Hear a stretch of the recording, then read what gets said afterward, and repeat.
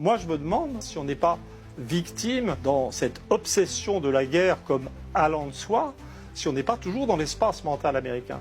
L'Amérique, c'est le pays qui est toujours en guerre. Le principe de la politique extérieure américaine, c'est de ne pas tenir ses engagements. Dans les années récentes, l'alliance Russie-Iran est devenue un point fondamental pour les Russes. S'ils sont confrontés à un Trump qui est plus gentil avec eux et plus méchant avec les Iraniens, ils s'en moquent.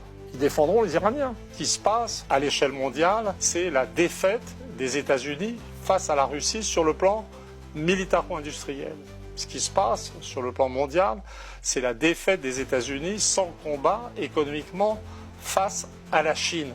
Avec les États-Unis, on fait l'expérience d'une société qui était leader, pas simplement du monde occidental, mais du monde tout court. Et on a du mal à imaginer la chute de cette civilisation la plus avancée. On a vécu depuis l'effondrement du communisme dans l'idée d'un système capitaliste libéral allant de soi, et on est en train de vivre, au-delà de la défaite militaire, de la défaite économique, une sorte d'explosion de toutes nos idéologies, de toutes nos croyances. C'est quelque chose qui, dans l'histoire, ressemblera sans doute à l'effondrement du communisme en Russie.